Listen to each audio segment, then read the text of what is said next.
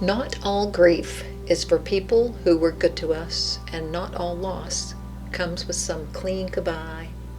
Some of the hardest grief there is comes from the messy, complicated losses, the ones you are not prepared for and hardly anyone knows how to talk about. If your grief has ever felt too complicated to explain, I hope this video helps you. Let's start with grieving someone or something that you had a complicated relationship with. Maybe a parent who was demanding or critical.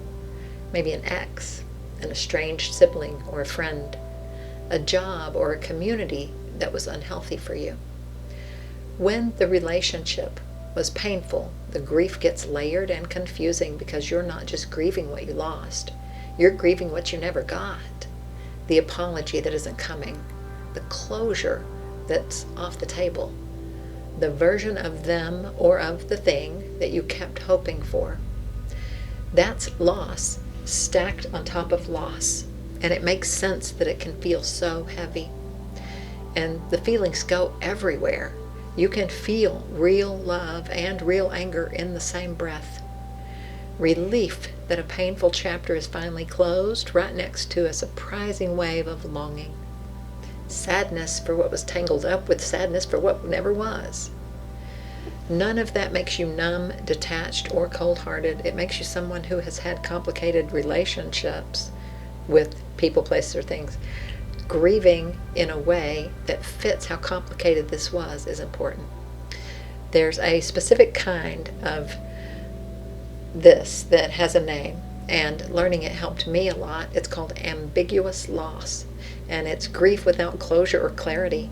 It's the kind of loss where the ending isn't clean, a relationship that faded instead of ended, someone who's still alive but no longer in your life. The heartbreak of watching dementia take somebody you love while their body is still right there, so you're grieving someone who hasn't died.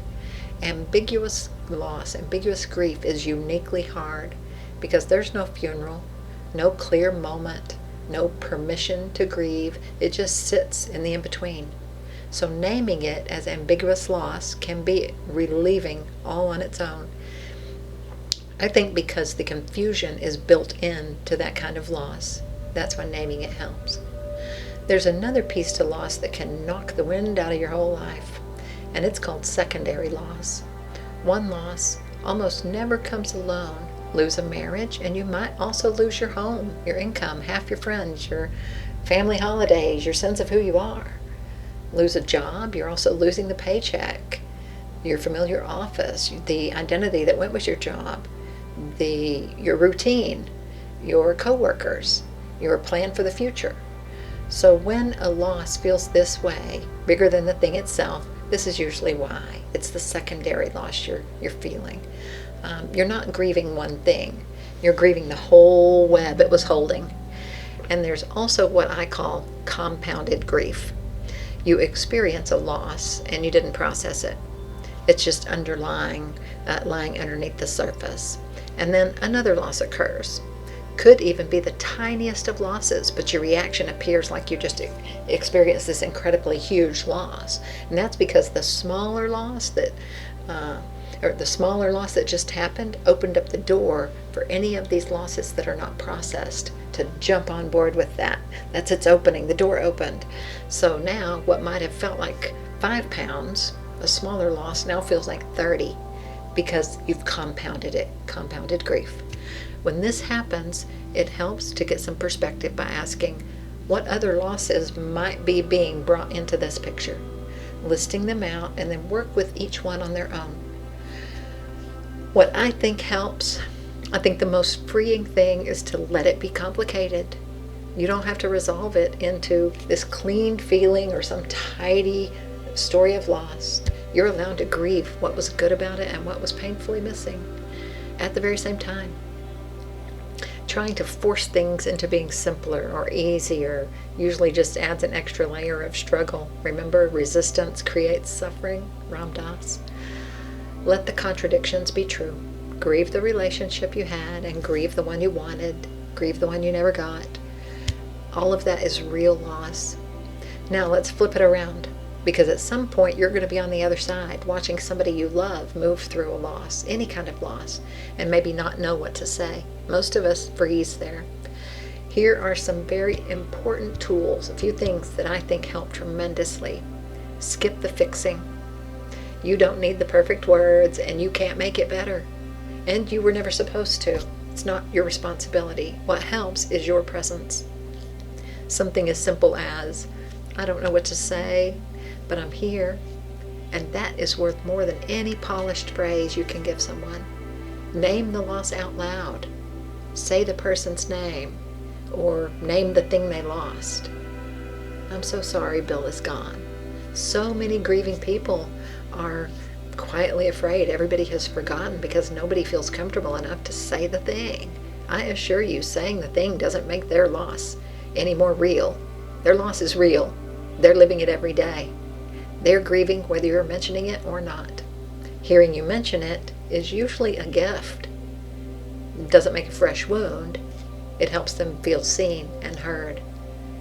And then another tip is make your help specific. Let me know if you need anything. That's a nice gesture, but it quietly hands all the work to the person, probably with the least amount of energy to reach out. Instead, try, I'm going to drop off dinner on Tuesday, or I'm free on Saturday. I'd like to come by and take the kids. Specific is easy to say yes to. And keep showing up after the first couple of weeks. Grief doesn't end when the casseroles stop coming and the phone calls stop and all the family members have left. The loneliest stretch is often a month or two after the grief or loss has occurred and everybody else has moved on and your person is still sitting in grief. So a text that says, hey, just thinking about you today. No need to reply. 3 months after their loss can mean more than anything said at a funeral or at the processing of a divorce or at a loss of a job. Complicated grief and unrecognized grief and loss, they deserve as much care as any other kind, maybe more, because you're usually carrying these with less support and more confusion. However complex or confusing your feelings are, you're allowed to have all of them. If this kind of loss is sitting heavy on you, remember, if you haven't seen my other video, I want to remind you I have a mindful grieving course in the Enjoy Being Human community. It's a gentle, structured place to move through grief and loss with support.